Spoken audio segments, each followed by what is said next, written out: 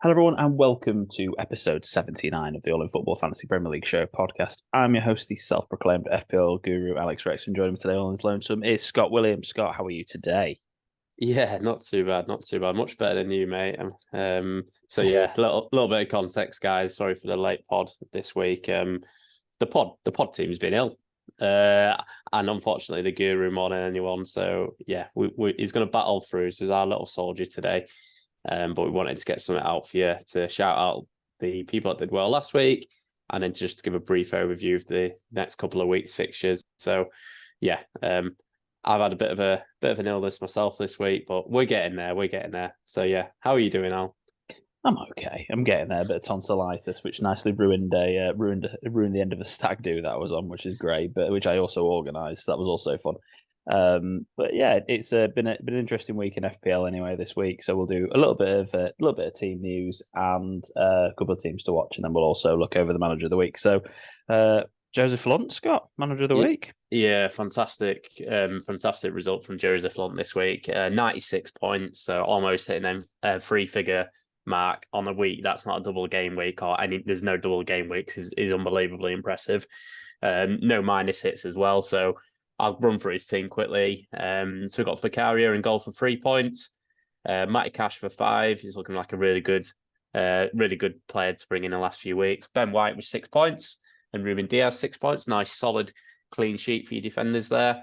Douglas Luiz with 7 points, a guy we've mentioned a couple of times on the pod last few weeks. I brought him in myself this week, and he's returned again. So he's looking like a really good cheap asset at the minute.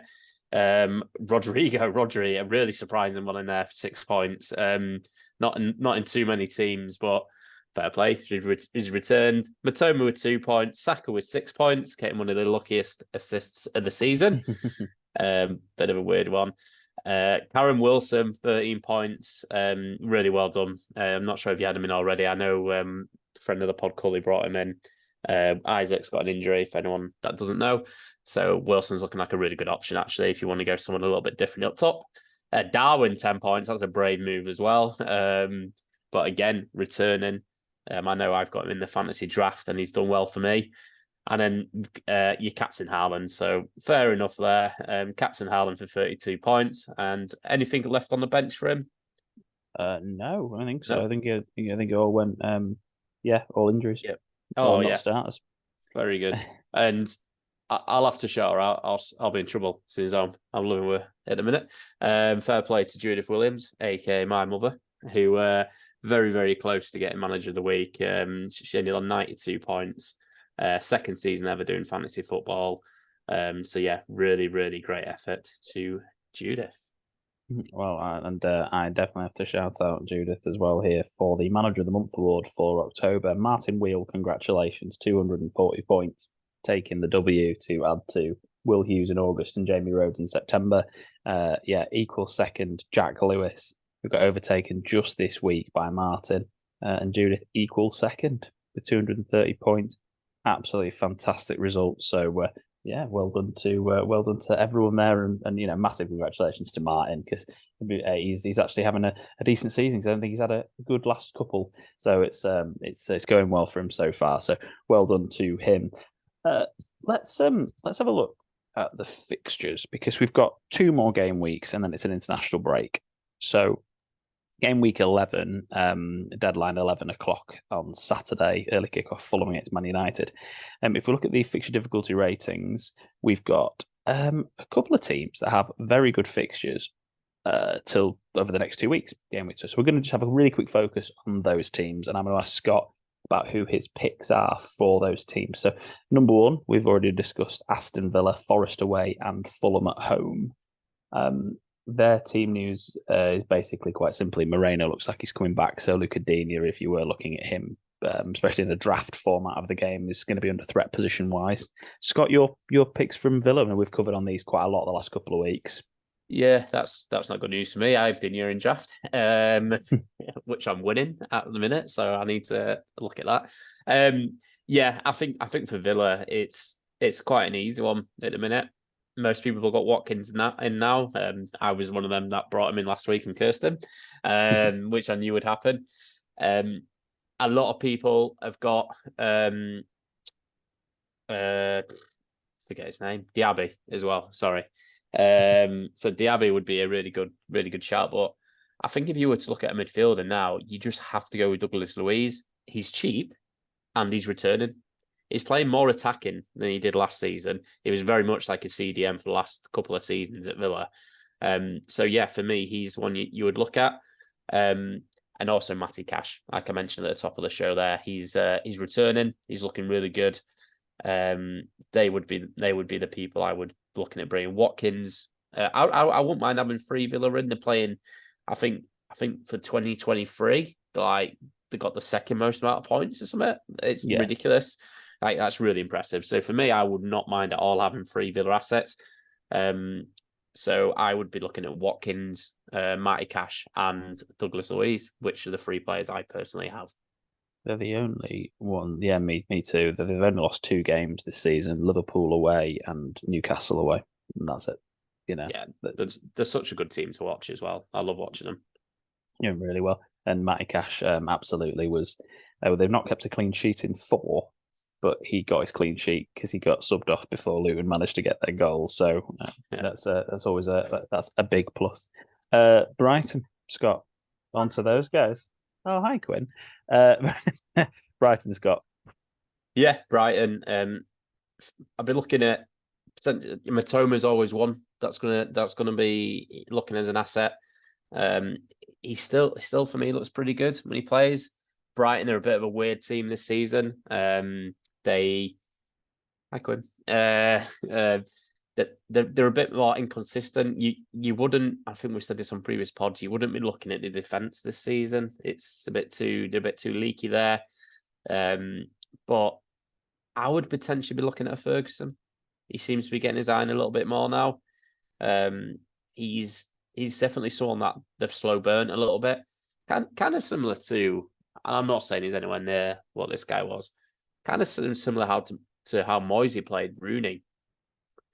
This guy that just came flying onto the scene, but he played him really, really well, and he just like edged him into their team. So potentially a Ferguson.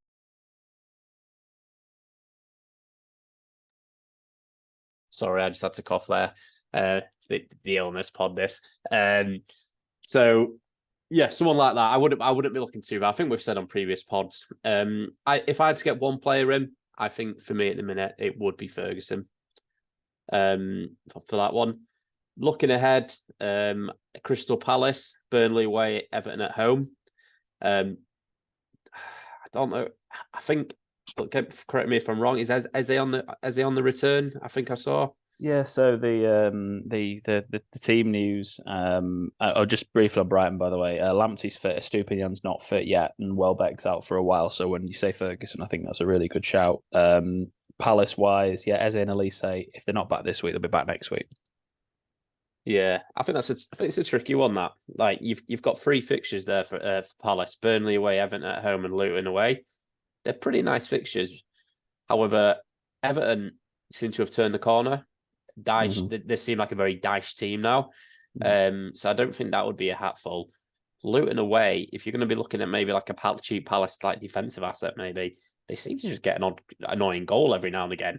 So again, would you be really looking too far at them?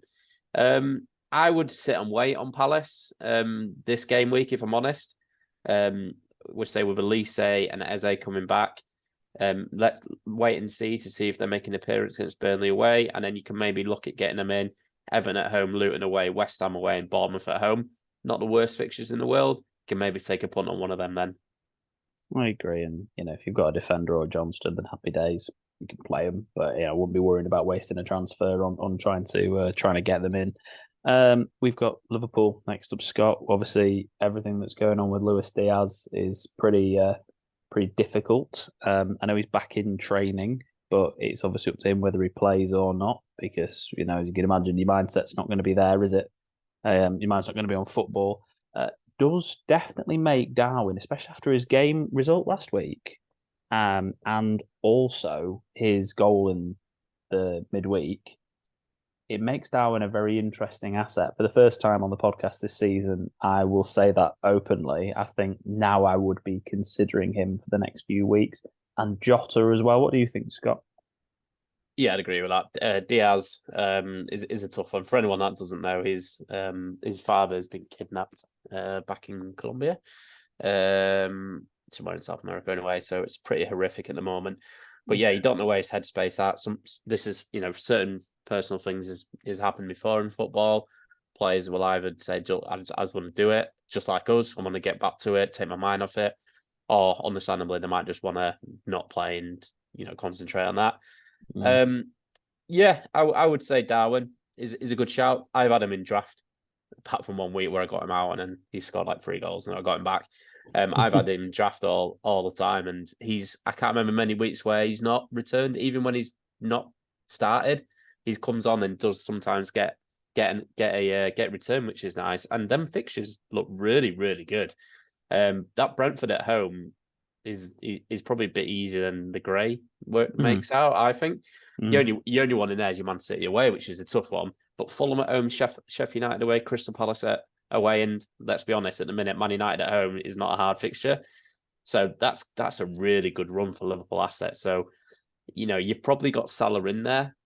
Trent for me is too expensive. But he's not returned enough to warrant that price tag at the minute. But yeah, I would probably look at. I wouldn't mind a attacker, forward player. So I think Darwin is a really, really good shout. And one of the ones I would probably look at getting in just because he's cheap, and I think Robbo's still out for a while. He is, yeah. Yeah, so Simicast is quite a smart choice if you want to get. I brought him in last week for exactly that. He's going to be in and starting for probably the majority of that good run.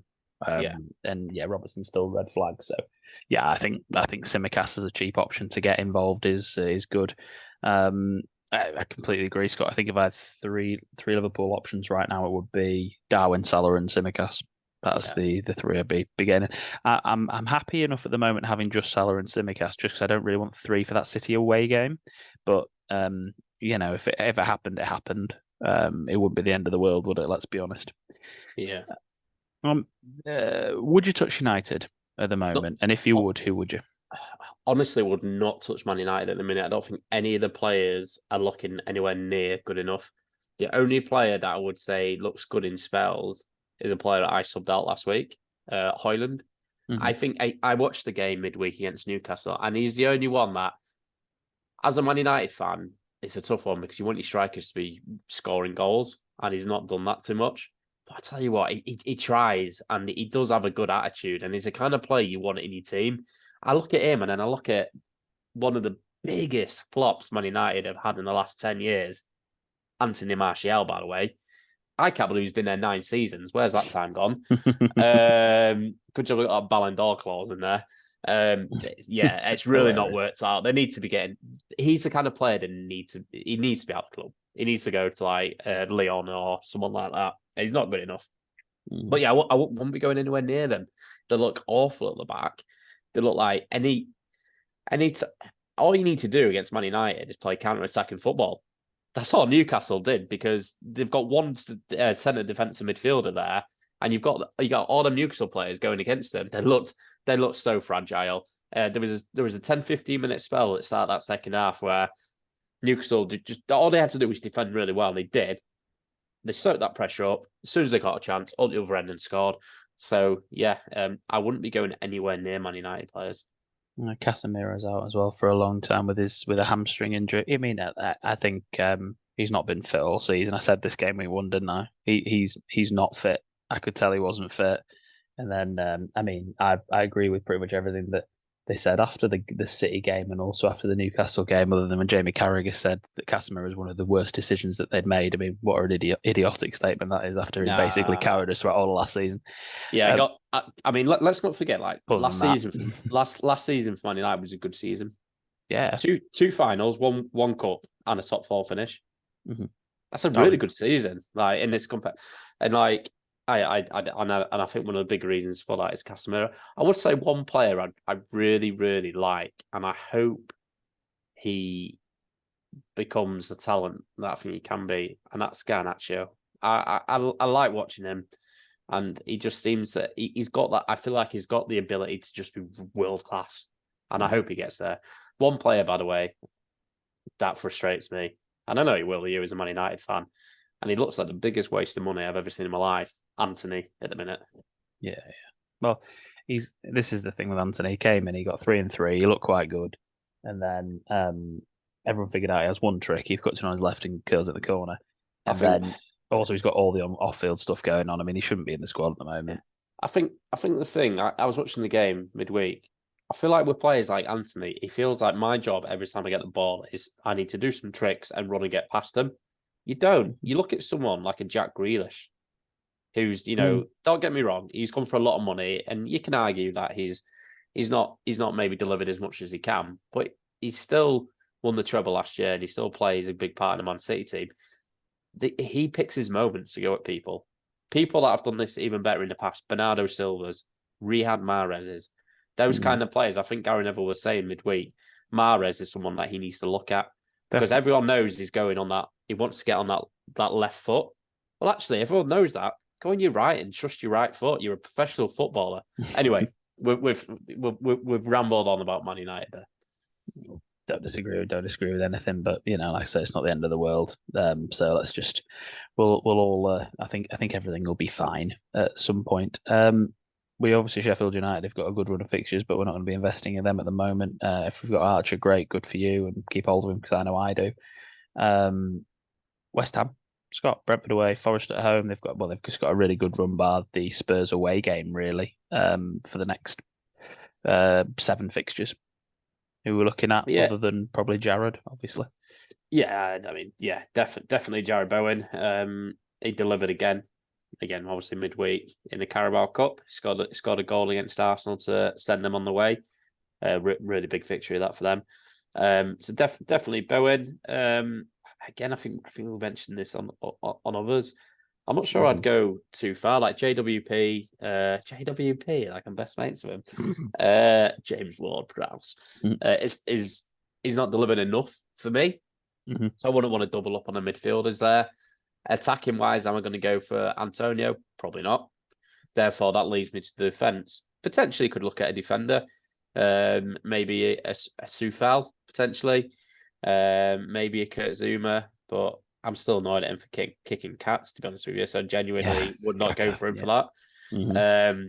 He's injured as well at the moment. He's done one day's worth of training, so he's a doubt.